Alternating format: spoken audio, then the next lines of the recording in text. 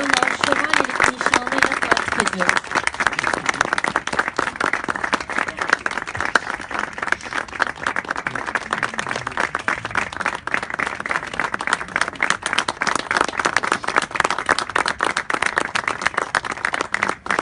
Mütevazı, mütedeyyin ve açık görüşlü bir insanın size her şeyden evvel dürüstlüğü ve adaleti telkin etmiş olmasıdır. Bugün sizi siz yapan ve siyasi taahhütlerinizi besleyen bu değerlerdir. Permettez-moi de dire à nos amis que vous avez été un enfant très précoce. Vous avez appris à lire à l'âge de 5 ans, donc avant d'entrer à l'école primaire. C'est certainement cette disposition naturelle pour les lettres qui vous amènera plus tard à suivre un cours de linguistique. Vous avez également été très précoce en politique, puisqu'à l'âge de 6 ans, vous pouviez citer tous les membres du gouvernement turc de l'époque. Ces deux passions, les lettres et la politique, ne vous ont pas quitté depuis. İzninizle dostlarımıza ne kadar erken yaşta gelişen bir çocuk olduğunuzu anlatmak isterim. Gerçekten de henüz ilkokula başlamamıştınız ki 5 yaşında okumayı öğrenmiştiniz bile. Hiç şüphesiz edebiyata olan bu doğal yatkınlığınız ileride sizi yabancı dil öğrenimi görmeye sevk edecekti. Keza siyasete de çok erken yaşta ilgi duymaya başladınız. Henüz 6 yaşındayken dönemin Türk hükümetinin bütün üyelerinin isimlerini ezbere biliyordunuz. O gün bugündür bu iki tutkunuzdan yani edebiyat ve siyasetten hiç vazgeçmediniz.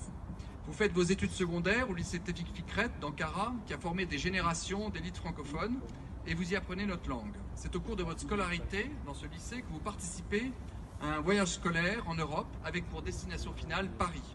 Vous découvrez alors Paris pour la première fois, et c'est d'ailleurs en gravissant les escaliers de la Tour Eiffel que vous réussissez. Kelçi Charles Fritz'in elleriyle takdim ettiği şövalyelik nişanını büyük bir heyecan ve memnuniyetle alıyorum.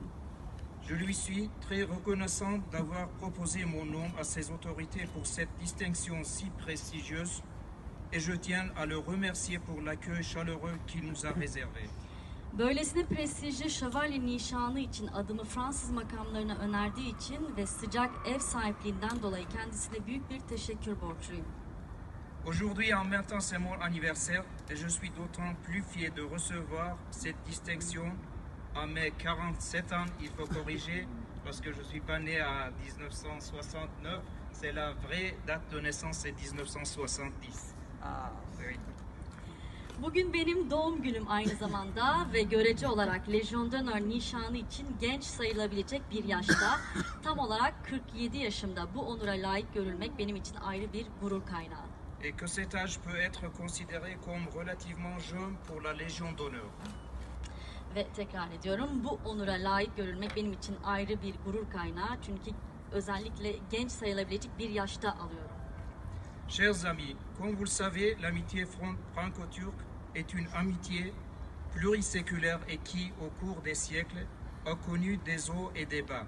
Nos deux peuples ont cependant toujours réussi à surmonter les difficultés que cette amitié a rencontrées. Değerli dostlar, bildiğiniz üzere Fransa-Türkiye arasındaki dostluk yüzyıllara dayanıyor. Tüm bu yüzyıllar boyunca inişler ve çıkışlar